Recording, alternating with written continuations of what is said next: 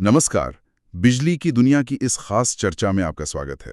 नमस्कार। आज हम दो ऐसे शब्दों पर बात करने वाले हैं जो हम रोज सुनते हैं, इस्तेमाल भी करते हैं शायद, हाँ, बिल्कुल। लेकिन अक्सर ना उनके बीच का जो फर्क है वो हमें थोड़ा उलझा देता है।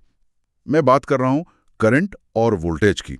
बहुत आम शब्द है, पर कंफ्यूजन भी आम है। बिल्कुल। तो हमारे पास कुछ जानकारी है एक लेख से ली हुई जो इन्हें आसान बनाने की कोशिश करती है। अच्छा।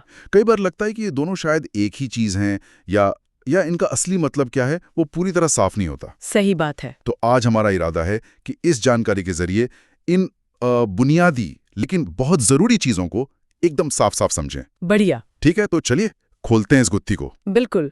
और देखिए, ये समझना इसलिए भी जरूरी है, जैसा कि लेख भी इशारा करता है, क्योंकि यही तो हमारे आसपास की टेक्नोलॉजी का आधार है। हाँ, ये तो है। हर चीज, चाहे वो मोबाइल चार्ज करना हो या कमरे में बल्ब जलाना, हर जगह ये दोनों मौजूद है, करंट और वोल्टेज। सही। तो इन्हें समझना एक तरह से बिजली की दुनिया की एबीसी सीखने जैसा है। इसके बिना आगे बढ़ना थोड़ा मुश्किल है। बहुत बढ़िया कहा आपने, एकदम सही। तो पहली कड़ी से शुरू करते हैं, करंट। जी। लेख क्या कहता है? उसके अनुसार करंट का सीधा मतलब है इलेक्ट्रॉनों का प्रवाह, फ्लो।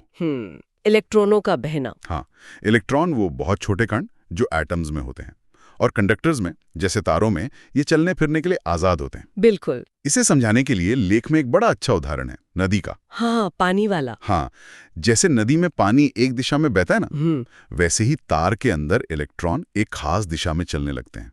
इसी बहाव को हम करंट कहते हैं। हाँ, और ये जानना दिलचस्प है कि ये इलेक्ट्रॉन्स तार में पहले से ही होते हैं। अच्छा। हाँ, मतलब बिखरे हुए रहते हैं, इधर उधर घूमते रहते हैं। करंट तब बनता है जब उन्हें एक दिशा मिलती है, जब उन्हें एक साथ चलने के लिए कोई प्रेरित करता है।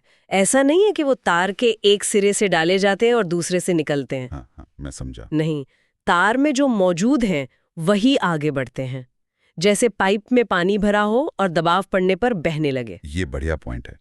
मतलब इलेक्ट्रॉन पहले से वहां है, बस उन्हें चलाना है। बिल्कुल। और इस बहाव की मात्रा को, मतलब प्रति सेकंड कितने इलेक्ट्रॉन गुजर रहे हैं, उसे नापने के लिए एक यूनिट है एम्पियर। एम्पियर, हाँ। जिसे हम ए से लिखते हैं। जी। तो जब हम कहते हैं कि किसी डिवाइस को मान लीजिए 1 एम्पियर करंट चाहिए, तो हम असल में बता रहे होते हैं कि उसे काम करने के लिए इलेक्ट्रॉनों के कितने फ्लो की जरूरत है। सही, कितनी मात्रा में वो बहाव चाहिए। हाँ, लेख में बल्ब का उदाहरण दिया है। जब हम स्विच ऑन करते हैं तो क्या होता है? सर्किट पूरा होता है। हाँ, रास्ता पूरा होता है।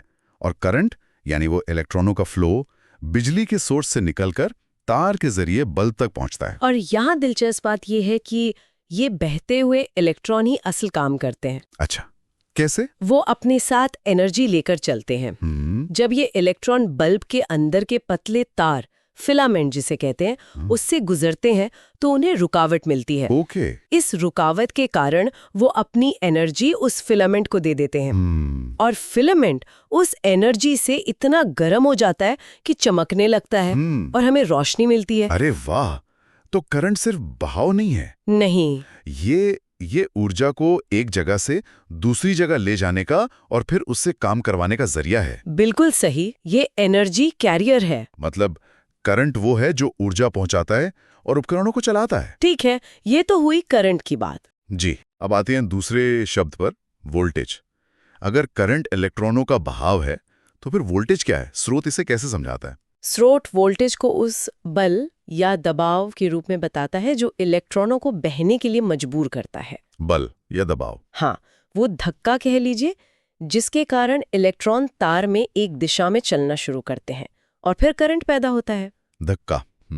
इसे इलेक्ट्रिकल प्रेशर भी कह सकते हैं, विद्युत दबाव। इसके लिए भी स्रोत ने वही तानी वाला उदाहरण इस्तेमाल किया है ना? हाँ, पर थोड़ा अलग तरीके से। कैसे? देखिए, सोचिए एक पानी की टंकी है, ऊंचाई पर रखी है। ठीक है। और उससे एक पाइप जुड़ा है। अब पाइप में पानी तो है, लेकिन वो बहेगा क्यों? ऊंचाई की वजह से प्रेशर होगा। बिल्कुल, ऊंचाई के कारण पानी पर एक दबाव है। टंकी जितनी ऊंची होगी, दबाव उतना ज्यादा होगा। हाँ, और पानी उतनी तेजी से बहेगा। एग्जैक्टली, वोल्टेज बिल्कुल इसी तरह काम करता है। ये दो पॉइंट्स के बीच एक इलेक्ट्रिकल प्रेशर का अंतर पैदा करता है, पोटेंशियल डिफरेंस। Potential difference. और इसी अंतर की वजह से इलेक्ट्रॉन ज्यादा दबाव वाले पॉइंट से, कम दबाव वाले पॉइंट की ओर धकेले जाते हैं। ओ, तो ये धक्का असल में प्रेशर का अंतर है। हाँ, इसी विद्युत दबाव के अंतर को हम वोल्टेज कहते हैं। और जैसे पानी के प्रेशर को हम PSI वगैरह में नापते हैं ना, हाँ, वैसे ही इस वोल्टेज को हम वोल्ट में नापते हैं, V अक्षर से दिखाते हैं। Volt V। ठीक है। तो वोल्टेज वो कारण है, वो वजह है जिसके बिना इलेक्ट्रॉन बस यूं ही बिखरे रहेंगे। वो एक दिशा में बहकर करंट नहीं बन पाएंगे। तो इसका मतलब ये हुआ कि तार में इलेक्ट्रॉन तो बहुत सारे हैं, हाँ, लेकिन उन्हें चलाने के लिए, मतलब करंट बनाने के लिए वोल्टेज का होना जरूरी है। बिल्कुल। बिना वोल्टेज के कोई करंट नहीं, सच में। अगर हम इसे बड़ी तस्वीर से जोड़ें तो हाँ, बिल्कुल यही बात है। वोल्टेज ही वो जरूरी कंडीशन है। वही सर्किट में इलेक्ट्रॉनों को मोशन में लाती है। आप सोचे, एक सपाट जमीन पर पानी की पाइप रखी है। ठीक। पानी भरा हो सकता है पर बहेगा नहीं बहेगा। बहाव के लिए या तो ढलान चाहिए, हाँ, ग्रेविटी का प्रेशर, या फिर पीछे से पंप का प्रेशर चाहिए। सही। वोल्टेज बिजली की दुनिया में यही ढलान या पंप का प्रेशर देता है। अच्छा। ये एक तरह की एनर्जी ग्रेडियंट बनाता है जो इलेक्ट्रॉनों को बहने के लिए मजबूर करती है। बिना वोल्टेज के इलेक्ट्रॉन तार में बस रैंडम घूमते रहते हैं। कोई नेट फ्लो नहीं। हाँ, वोल्टेज उन्हें एक लाइन में लाता है और धक्का देता है। ये तो बहुत ही साफ हो गया। अब तो करंट और वोल्टेज का रिश्ता तो मतलब सीधा और अटूट है। बिल्कुल। लेख भी यही कहता है, करंट बिना वोल्टेज के बह ही नहीं सकता। सही। वोल्टेज वो क्यों है और करंट वो क्या है जो होता है। वोल्टेज धक्का देता है और करंट उस धक्के के जवाब में बहता है। हाँ, और ये जो आपसी निर्भरता है, इंटरडिपेंडेंस, यही किसी भी इलेक्ट्रिक सर्किट के काम करने का बेसिस है। एक के बिना दूसरा अधूरा है। आपके पास बहुत अच्छा कंडक्टर हो सकता है, मतलब इलेक्ट्रॉनों के बहने के लिए बढ़िया रास्ता, चौड़ा रास्ता। हाँ, लेकिन अगर वोल्टेज यानी धक्का देने वाला फोर्स नहीं है तो कुछ नहीं होगा। कोई करंट नहीं बहेगा, कोई काम नहीं होगा। जैसे एक बैटरी मान लीजिए डिस्चार्ज हो गई है, उसमें केमिकल अब वो वोल्टेज पैदा नहीं कर पा रहे हैं, तो उससे जुड़ा बल्ब जलेगा ही नहीं। सही बात है। और दूसरी तरफ अगर वोल्टेज हो लेकिन रास्ता ना हो तो? बिल्कुल, ये भी उतना ही जरूरी है। अगर आपके पास वोल्टेज का सोर्स है, जैसे एक चार्ज की हुई बैटरी, ठीक है, लेकिन सर्किट पूरा नहीं है, मान लीजिए तार कहीं से टूटा है या स्विच ऑफ है, सर्किट ब्रेक है, हाँ, तो इलेक्ट्रॉनों को बहने के लिए पूरा रास्ता नहीं मिलेगा। प्रेशर तो है पर जाने का रास्ता बंद है, तो करंट नहीं बहेगा। इसलिए एक पूरा बंद लूप या सर्किट होना भी उतना ही जरूरी है जितना वोल्टेज का होना। तो मतलब एक चालू सर्किट के लिए 3 चीजें जरूरी लग रही हैं मुझे। बताइए। एक तो वोल्टेज का स्रोत जो प्रेशर दे, धक्का। दूसरा कंडक्टर का एक बंद रास्ता, मतलब बहने के लिए मार्ग, बिल्कुल, रास्ता। और तीसरा उस रास्ते में चलने वाले इलेक्ट्रॉन, मतलब जो बहेंगे। हाँ, मूल रूप से यही है। और ये लेख का फोकस पहले 2 चीजों के रिश्ते पर है, वोल्टेज दबाव और करंट बहाव। अब यहाँ एक सवाल उठता है, जैसा आपने भी इशारा किया था। हाँ, ये वोल्टेज आता कहाँ से है? ये धक्का कौन पैदा करता है? हाँ, ये बड़ा सवाल है। लेख सीधे तौर पर शायद वोल्टेज के सोर्स नहीं बताता, जैसे बैटरी कैसे काम करती है या पावर प्लांट में बिजली कैसे बनती है। नहीं, वो डिटेल नहीं देता। लेकिन ये साफ करता है कि करंट के लिए वोल्टेज का होना जरूरी है। कहीं ना कहीं से तो वो आता ही होगा। सही कहा। स्रोत का मकसद यहाँ सिर्फ करंट और वोल्टेज की अवधारणा और उनके रिश्ते को समझाना है। ठीक है, पर यह समझना कि वोल्टेज कहीं ना कहीं से उत्पन्न होना चाहिए, चाहे वो बैटरी के अंदर केमिकल रिएक्शन से हो या जनरेटर में मैग्नेटिक फील्ड और कॉइल के घूमने से हो। हाँ, ये पूरी तस्वीर को समझने में मदद करता है। हर चालू सर्किट के पीछे कोई ना कोई एनर्जी सोर्स होता है। हाँ, जो लगातार वो प्रेशर बनाए रखता है। बिल्कुल, वो वोल्टेज बनाए रखता है ताकि इलेक्ट्रॉन चलते रहे और हमारा काम होता रहे। और उस सोर्स की क्षमता, मतलब कितना वोल्ट, यही तय करती है कि वो कितना जोर का धक्का दे सकता है। ये वाकई में एक दिलचस्प जुगलबंदी है वोल्टेज और करंट की, है ना? तो अगर हम अब तक की चर्चा का सार निकालें, एक तरह से निचोड़, तो हमने स्रोत के आधार पर क्या समझा है? बताइए। पहली बात, करंट यानी विद्युत धारा। यह है इलेक्ट्रॉनों का एक दिशा में प्रवाह। ठीक, जैसे नदी में पानी का बहाव। और इसे हम एम्पियर में मापते हैं। जी, ये वो चीज है जो असल में काम करती है, एनर्जी पहुंचाती है। सही। दूसरी बात, वोल्टेज। ये वो बल या दबाव या कह लें इलेक्ट्रिकल प्रेशर है जो इलेक्ट्रॉनों को बहने के लिए धकेलता है। धक्का। हाँ, ये 2 बिंदुओं के बीच पोटेंशियल का अंतर है, इसे हम वोल्ट में मापते हैं। बिल्कुल। और सबसे अहम बात, ये दोनों एक दूसरे पर निर्भर हैं, इंटरडिपेंडेंट। हाँ, करंट बहने के लिए वोल्टेज का होना जरूरी है, प्रेशर चाहिए, और साथ ही एक बंद सर्किट, रास्ता चाहिए। सही। वोल्टेज धक्का देता है और करंट बहता है। वो नदी ढलान और पानी दबाव वाले जो उदाहरण थे, सादृश्य। हाँ, वो इसे याद रखने में काफी मदद करते हैं। हाँ, ये एनालॉजीज इन अदृश्य चीजों को विजुअलाइज करने में मदद करती हैं। ये अच्छा शुरुआती बिंदु है। हाँ, लेकिन अब जब हमने ये बेसिक परिभाषाएं और उनका रिश्ता समझ लिया है, तो हम एक कदम आगे सोच सकते हैं, अच्छा, जो सीधे तौर पर हमारी इसी बातचीत से जुड़ा है। बताइए क्या? इस पर विचार करें।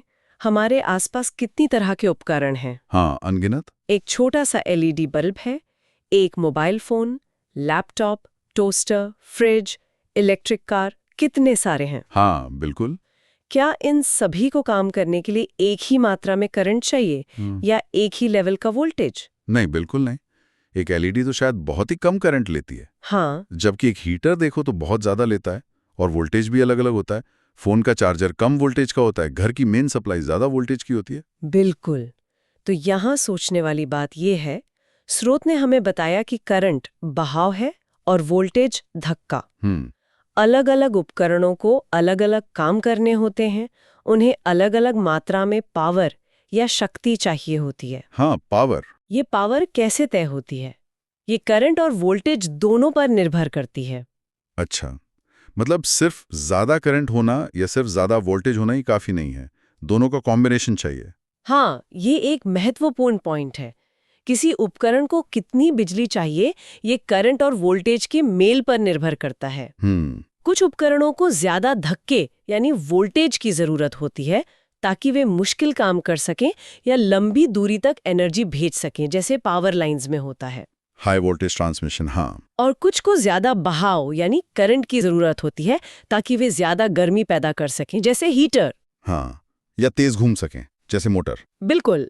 तो ये समझना कि कैसे वोल्टेज और करंट मिलकर किसी उपकरण की जरूरत पूरी करते हैं, ये हमारी समझ को और गहरा करता है। सही कहा। ये सिर्फ परिभाषाओं तक सीमित नहीं रहता फिर। हाँ, ये सोचना कि क्यों एक छोटे चार्जर पर लिखा होता है, मान लीजिए 5 वोल्ट और 2 एम्पियर, जबकि घर की सप्लाई 230 वोल्ट की है, और एक गीजर शायद 10 या 15 एम्पियर करंट लेता है। हाँ, बिल्कुल अलग अलग वैल्यूज। ये हमें इन कॉन्सेप्ट्स को रियल वर्ल्ड से जोड़ने में मदद करता है। ये दिखाता है कि ये दो सरल सी दिखने वाली इकाइयां, वोल्ट और एम्पियर, मिलकर कितनी अलग-अलग और जटिल टेक्नोलॉजी को मुमकिन बनाती हैं। वोल्टेज धक्का देता है, करंट बहता है, और दोनों मिलकर काम करवाते हैं। और काम की मात्रा उपकरण की जरूरत के हिसाब से तय होती है। एग्जैक्टली। ये वाकई सोचने के लिए एक बेहतरीन बिंदु है। यह हमें याद दिलाता है कि विज्ञान के जो बुनियादी सिद्धांत होते हैं, वो कितने शक्तिशाली होते हैं और कैसे वो हमारे रोजमर्रा के जीवन को संभव बनाते हैं। सही कहा। आज की ये बातचीत तो बहुत ही जानकारी भरी रही। इन सरल व्याख्याओं के जरिए मुझे लगता है करंट और वोल्टेज के बीच का रिश्ता और उनका महत्व समझने में काफी मदद मिली। मुझे खुशी है कि ये चर्चा उपयोगी रही। बुनियाद साफ हो जाए तो आगे की जटिल बातें समझना आसान हो जाता है। बिल्कुल। तो अब जब भी हम कोई उपकरण इस्तेमाल करेंगे या बिजली के बारे में सुनेंगे, शायद करंट और वोल्टेज के मायने हमारे लिए ज्यादा साफ होंगे। उम्मीद तो यही है। इस ज्ञानवर्धक संवाद के लिए आपका बहुत बहुत धन्यवाद। धन्यवाद। उम्मीद है कि सुनने वालों को भी इन दो महत्वपूर्ण विद्युत शब्दों के बीच का अंतर और संबंध पूरी तरह स्पष्ट हो गया होगा। अगर वीडियो अच्छा लगा हो तो लाइक, शेयर और इलेक्ट्रो वायरल चैनल को सब्सक्राइब करना मत भूलें।